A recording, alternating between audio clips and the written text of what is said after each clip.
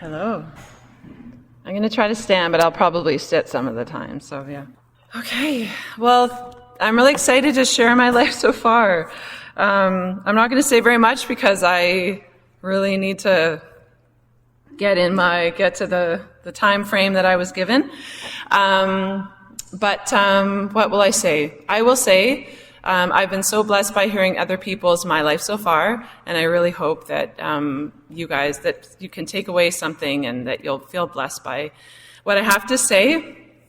And I'm also just going to say that I use the word God a lot, and that word often makes me feel pretty uncomfortable because it doesn't feel big enough. And but I use it because I don't really have another word yet that I feel that really encapsulates everything I want to say. So I say God a lot, but I also wanted to there was a caveat that I wanted to just say that, I don't know, it's bigger than that. Yeah, so thanks again for having me, and I'm just going to dive right in. And my husband's going to probably show some slides that may or may not match up with what I say. I'm just going to put that over there. Okay, here we go. I was born on September 11th, 1979, at the Royal Jubilee Hospital in Victoria, British Columbia. I am the fifth of 7 children, 5 girls and 2 boys, and I grew up in a large old house built in 1904 in the municipality of Oak Bay, directly next to Willows School. I had a wonderful childhood. It was the early 80s, and my parents felt safe leaving their children to roam and play all over the neighborhood. We were raised to be independent, and we were told to go play outside and not come back until after dark or dinner, whichever came first. All 7 of us were born in the span of 9.5 years. Go, Mom. So we were all close in age, and I was lucky to find myself with a lot of people to play with. My younger years were a balance of social time, playing with friends, as well as some structured activities like singing, piano lessons, ballet, swimming lessons, French brownies.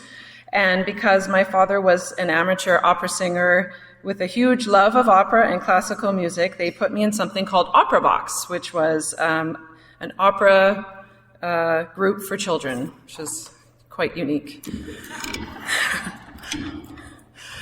I was a somewhat shy and sensitive child, but perceptive and thoughtful, with a large imagination and a quirky and fun-loving sense of humor.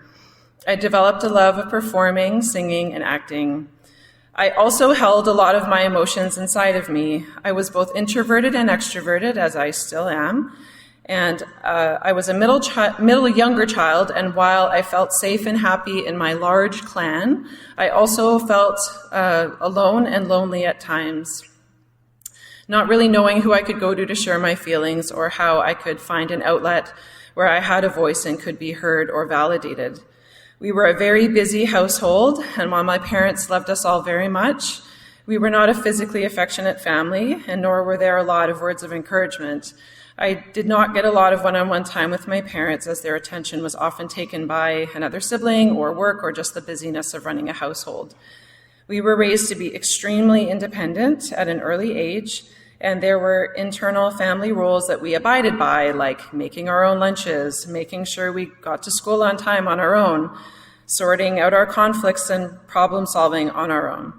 We had daily, weekly, and monthly chores, so I learned how to cook, clean, mow the lawn, and help out and be responsible at an early age. When I was quite little, I created a group of imaginary friends who each had their own strange names and characteristics, and this brought me comfort. I loved playing outside in our backyard, and for hours I would sit with my dolls and my stuffed animals in the sunshine, singing, making up songs, having tea parties, and getting lost in my own make-believe world.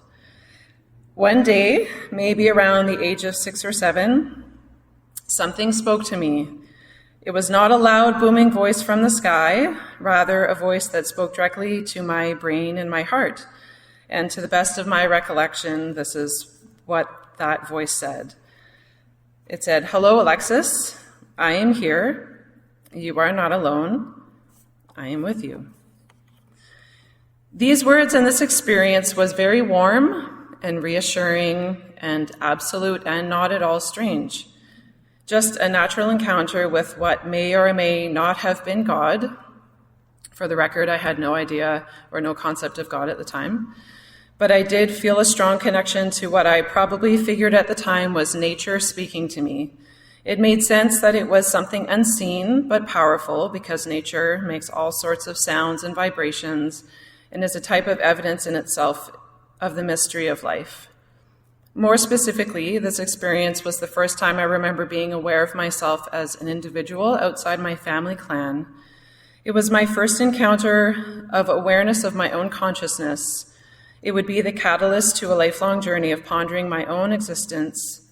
I believe that consciousness is one of those large pieces of evidences and insights into the existence of God, and I have a strong intuition that consciousness is fundamental and a stepping stone to knowing God.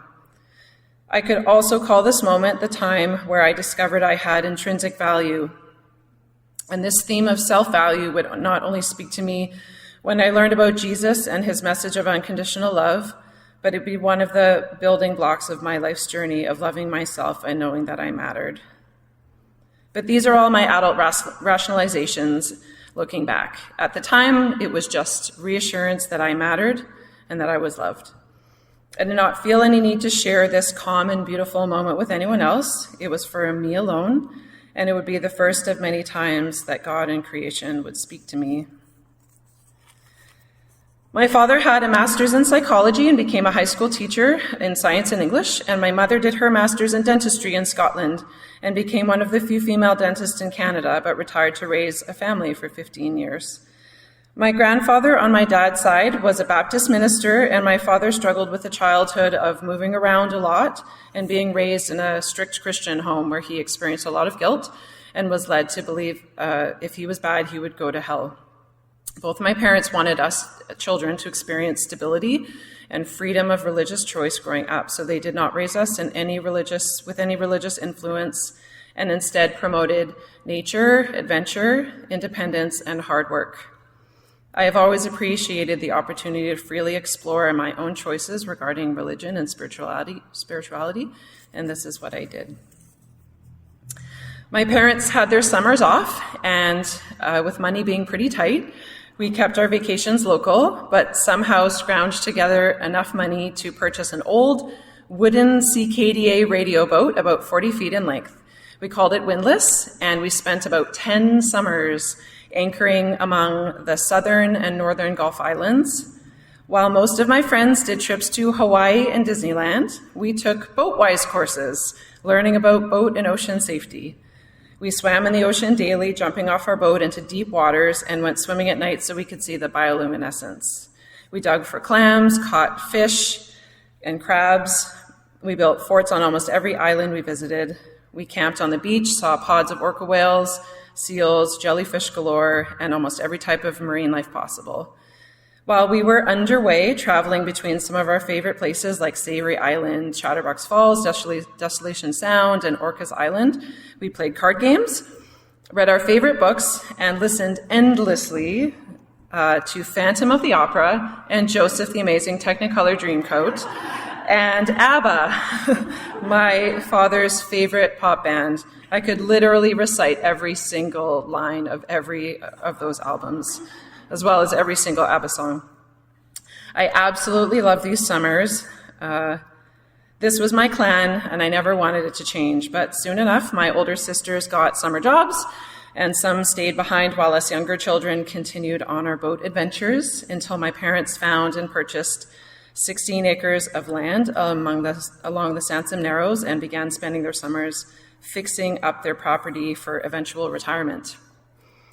When it was my turn to start school, my mother decided to change things up and enrolled me in French immersion. And I bonded very early with my classmates, and we would form a core group, which would become the second most important clan in my life.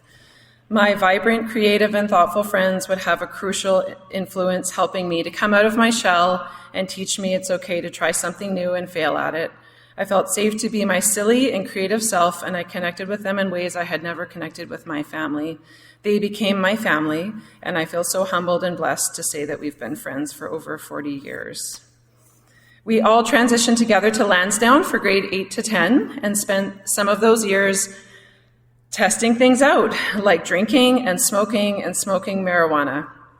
We wanted to have fun, and we wanted to test the boundaries. We stole small amounts of liquor from our parents' liquor cabinet, blended it all together, calling it a shit mix, which was disgusting, just so we could experience being drunk. And it was really fun. We partied a lot. We camped illegally at Thetis Lake. We drank on the beach. We had parties at each of our houses when our parents were away. And I think it was really important for us to test the boundaries a little bit and be bad. We were really good, responsible, high-achieving kids at school during the week, but having some kind of outlet on the weekend was important for us in our coming of age. Just a few important things I wanted to highlight about our French posse. We called ourselves the French posse. Is how much we laughed, how little drama there was, and we weren't in a rush to grow up. No one in the history of the world, is my big hyperbole, no one in the history of the world laughed as much as we did. We were silly, strange, and quirky. We made up funny faces and weird accents and sayings that we thought were hilarious and brilliant. We laughed until our cheeks and stomachs hurt, until we cried and peed our pants, and it was so good for our souls. It's so important to laugh. Laughter heals us. It breaks down walls. It teaches us not to take ourselves too seriously, which most of us do. And in my opinion, one of the saddest parts of being a grown-up is how separated we've become and how our society has become more nuclear, increasingly isolated, and with that, a loss of laughter. A lot of other teens and friends were very focused on getting boyfriends, being in serious relationships, having sex. We just weren't like that. Some of us had short relationships, but mostly remained single for the entirety of our junior high and high school years, which I think is quite rare. And I'm very thankful for how like-minded we all were in this regard. We avoided a lot of drama and division that can come with young love and relationships. I really thrived in middle school. I did all the activities I wanted, like choir, volleyball, leadership, band, and drama, where I was the lead in the school play in grade 10, which led to a short work study of 2 weeks with Kaleidoscope Theatre. I had found my calling with my passion for theatre. I wasn't sports-driven like my friends, and I longed to connect with people that I could jam and sing with and talk about the arts. It was suggested to me that I go to Vic High for grade 11 and 12 and be part of their highly regarded drama program. But this meant dropping out of French immersion and leaving my friends behind who were headed to Mount Doug. I originally decided on Vic High, but when it came down to it, I chose Mount Doug, and for years to come, I would feel tremendous regret and deeply question this decision, causing me all sorts of self-judgment and insecurity and sadness. But at the end of the day, I just wasn't ready to leave my friends behind. And as a result, my grade 11 year was one of the worst years that I had in high school. I fell into a sad and depressed state, and my friends were all set up in their activities, and I had felt that I abandoned myself and my dreams. Some of my core group who came from Christian homes began going to church and exploring their faith outside of their family's influence. They saw my struggles and invited me to church. I needed the support and companionship, so I went with them every Sunday to Lambrick Park. Afterwards, we would go to the muffin break and talk about life. Going to church was completely foreign to me.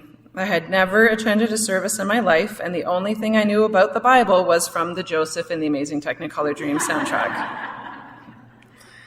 The stories were very strange, like God asking Abraham to kill his son on a mountain. So weird. But I enjoyed the singing and the companionship. My friend suggested I attend this young life camp called Camp Malibu, which I did. And I found it a refreshing place to talk deeply about my struggles and deep thoughts about life. It was a week of high energy activities, amazing food, and emotional evening devotionals, leading the campers on a journey to eventually dedicate their lives to Christ, which I did. Looking back, I have a few critical thoughts about my conversion and about evangelism in general, but it was my choice. Something in me craved this type of community, and I made this choice willingly. I had to sit my parents down after camp, however, and have the big serious talk that I chose to become a Christian. It was I think it was quite disappointing for them. But eventually they accepted my choice, and I think they even saw that it was a positive influence in my life. This is what I love about the teenage mind. There is a quality of openness and trust as well as exploration that's really beautiful. If I were overly rational or analytical about it, I'm not sure I would have taken the plunge, so to speak. Even though inviting Jesus in my heart was a little bit strange and contrived at the moment, I wanted to experience this new faith and find out about this God who loves me unconditionally. I knew what I was doing, and I was very glad I chose the path I did. It was here that I began a deep dive into a spiritual realm that I already felt connected to on some level. My years as a Christian were a lifetime in themselves, which brought me great joy and purpose. I excitedly slept with my new Bible in my arms for the first few nights, and I was told that praying was just talking to God, so I just started talking to God every night before bed, and I took comfort that my words and thoughts mattered. I spent time thinking about the Trinity. It felt intuitive to me that God would embody multiple forms, like the physical, the spiritual, and the eternal. After all, that's evidence that we have of life, the things we see, the things we can't but know are there, and the infinite. I just kept thinking that with each new experience we open ourselves to, with each new learning, we see the evidence of the spiritual realm that was always there. I started feeling like all the mysteries of the universe could be discovered so long as we had eyes to see and minds willing to expand. My conversion felt like a new beginning, a rebirth, a fresh start, a new language, and a new way of thinking and seeing the world. And when I moved to Vancouver, eventually after graduation, I would have the privilege of joining a church community and a dynamic group of the most kind, generous, educated, emotionally intelligent, and spiritually wise people I'd ever encountered. And they would also become my third tribe or clan. I had found yet another family I was lucky enough to call my home, and I felt like it was all enough until it wasn't, until I was capable of growing in my faith, and God or the presence of this higher power I'd always known all my life felt like it was no longer present. All the beauty and freedom I'd known was gone. I will always look upon my Christian years, though, as some of the best of my life. I became a Christian in the summer of grade 11, and from there on, I just jumped into everything and anything available to me. I joined Young Life, and I attended a newly found service called The Place at Lambert Park. I went back to Camp Malibu on summer staff and shared my testimony to the campers, and after completing a one-year certification at the Canadian College of Performing Arts here in Victoria, I also volunteered at Sylvan Acres Camp, where I met and became friends with Lindsay Gaunt, and we worked in the kitchen together. I wanted to live somewhere other than the islands, so I moved to North Vancouver, where I rented a room from a family who introduced me to Capilano Christian Community, the church I would attend for the next 10 to 12 years. I integrated myself at Cap Church, is what we called it, in every aspect as I could while completing my degree at SFU. At various seasons, I was on the worship team, the missions task force, volunteered with the children, spent a significant amount of time as a youth leader going on overnight campouts and weekend trips, and I was part of a home group for almost the entire duration I was at the church. Cap Church was a congregation of about 200 to 250 people, and most of them families, but a great range of ages and cultures. They rented a gym for Sunday services and had an office they leased for youth events and meetings. The pastors were well-educated, rational, relational, and loved their congregation. They were exceptional people who I was blessed to have a lot of interaction with. I was quite close with most of their children. There was a good group of young adults in their early 20s, and yet again I found myself lucky enough to connect with and become an integral part of this new tribe that was forming. For about a decade, we grew together in friendship and had wild adventures like snow camping at Elfin Lakes on New Year's, building our own igloos and snow caves, and a special trip to Mexico for 2 weeks. and also just years of hanging out together on the beach, playing guitar, singing, and adventuring all around the mainland. These were some of the best years of my life, and I will always cherish the memories with such fun, thoughtful, and deep friends. Early on, I felt called to work in Africa, so I took a year off to live and teach in Kenya. I loved my year away, and I would return 2 more times, once to Kenya, leading a team, and then once to the Congo to learn about microloan projects. I was placed in a remote desert with the nomadic Turkana tribe in the northern region of Kenya for half a year, and then I moved to the southern part of Kenya in a region called Machakos for the other half.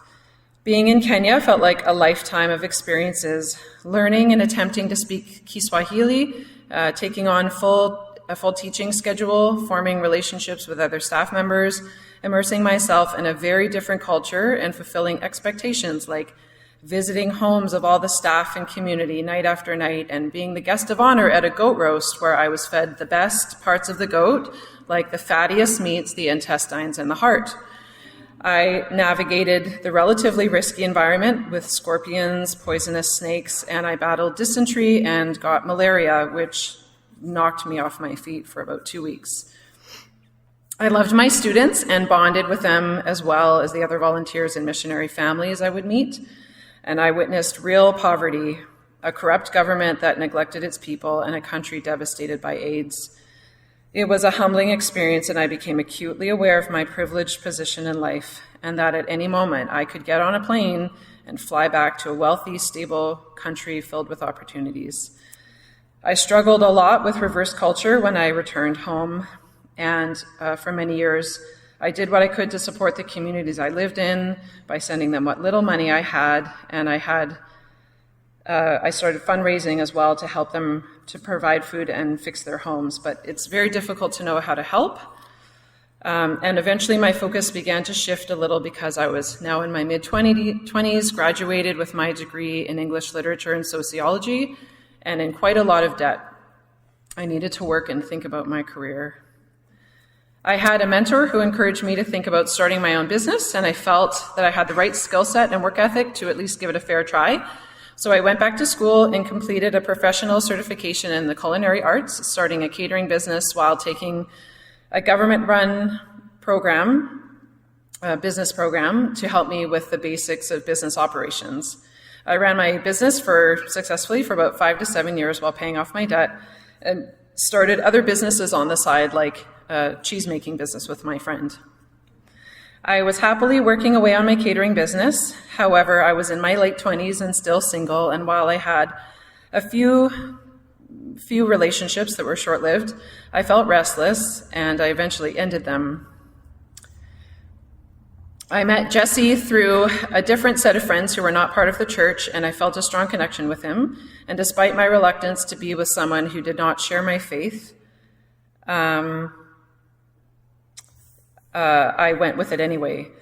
I will just summarize this part in my life and say that I fell deeply in love for the first time, and for the 5 years I would stay in this relationship while ignoring the changes I was making to accommodate him and the signs that it was never going to lead to marriage and a family, but I did have some very happy early years with him.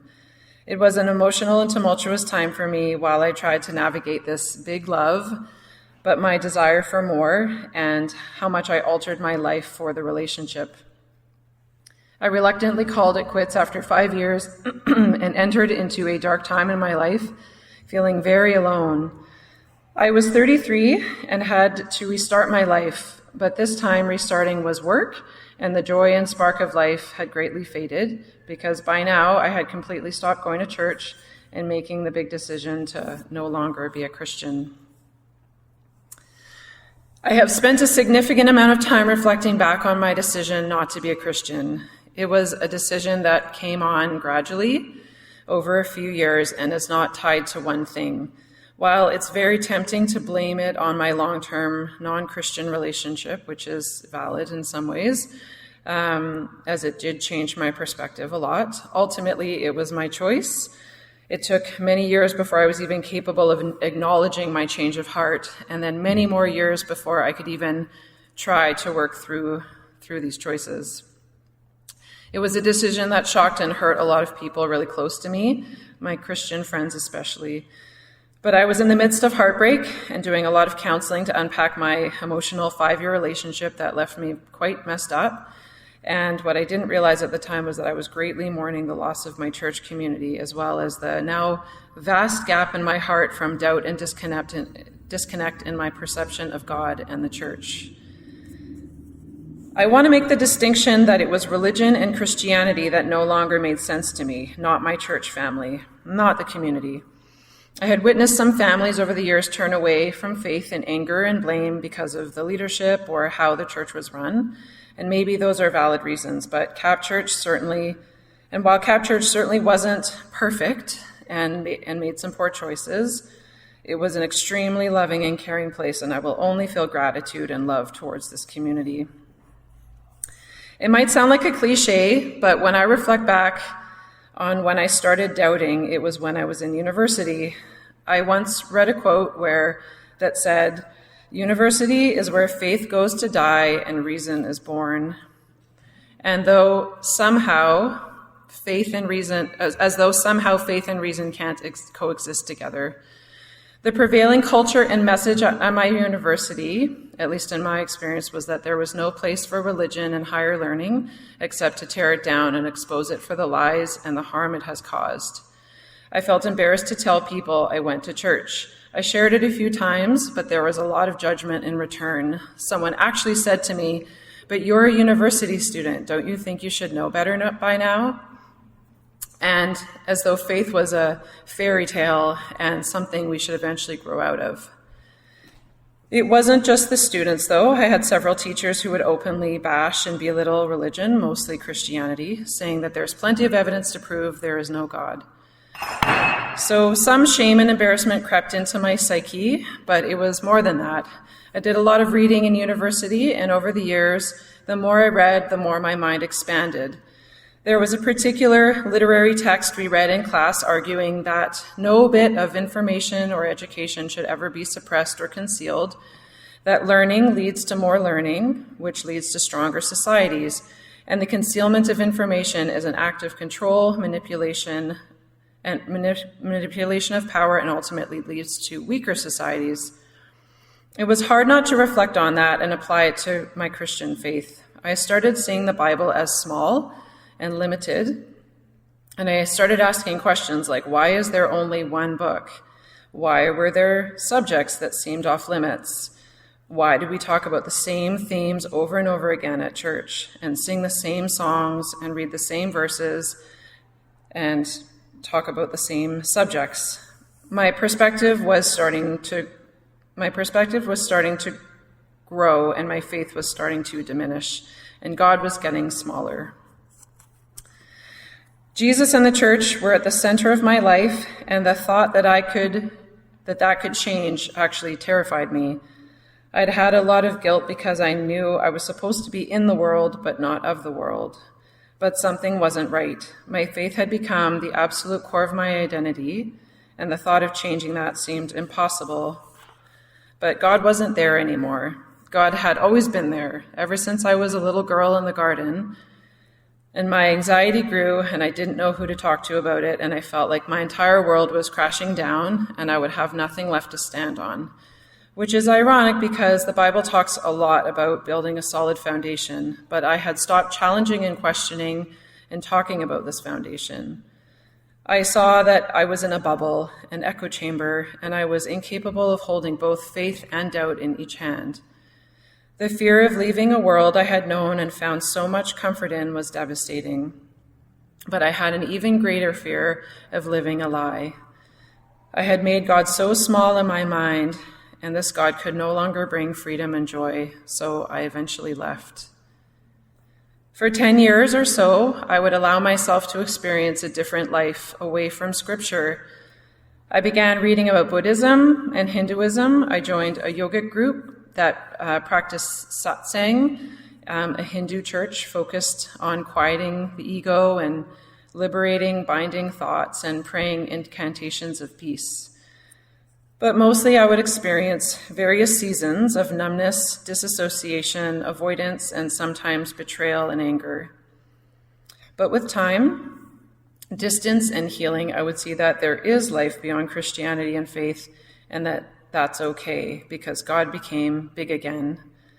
Our minds are big enough and very capable of breaking through and operating outside the restrictive parameters and rules that get formed in our brain. So where does this leave me now? Well, I still have a lot of triggers. Evangelism still makes me cringe a bit, although we're working through that in our home group, which I greatly appreciate. And prayer is a tough one for me because I sometimes think of it as just, even though I try to think of it as talking to God, it still triggers a smallness and a reducing God to a figure where I just ask for things, and I'm not okay with that. I feel okay with worship and fellowship and surrendering to the greatness and mystery of life and the universe, but I struggle with reading the Bible. I feel a lot looser in myself and how much I'll allow one thing to dictate my thoughts and actions. I love learning about meditation and mindfulness, science and philosophy, and learning to look at faith in a new way without the harsh judgment of guilt of not living the demands of the Bible, though that part definitely seeps in. I am beyond grateful to have found the place and for the part that Lindsay Gaunt played in that, because she encouraged me to come to the place when I ran into her. And I am beyond grateful to my husband, who is both scientific and spiritual and allows me to be myself and explore all sorts of thoughts about religion and spirituality without a hint of judgment. And who, when I said to him, I think I need to start going back to church again, he said, that sounds great. I would like that too. I love that I've begun to think about God as being big again. And I'm very grateful for the place, that this is yet another tribe I'm lucky to have found, and where I feel accepted and loved and have the ability to explore. I'm beyond grateful that I have a place where I can express my doubts, reservations, anger at religion, and I could spend a year of just attending quietly when I first came, working through this tricky past. I'm grateful to have a home group that we can bring up hard subjects like heaven and evangelism and the virgin birth and many aspects of Christianity that I struggle with. I love that this is a place of freedom and acceptance where we can truly come as we are, and I feel proud to tell others about it.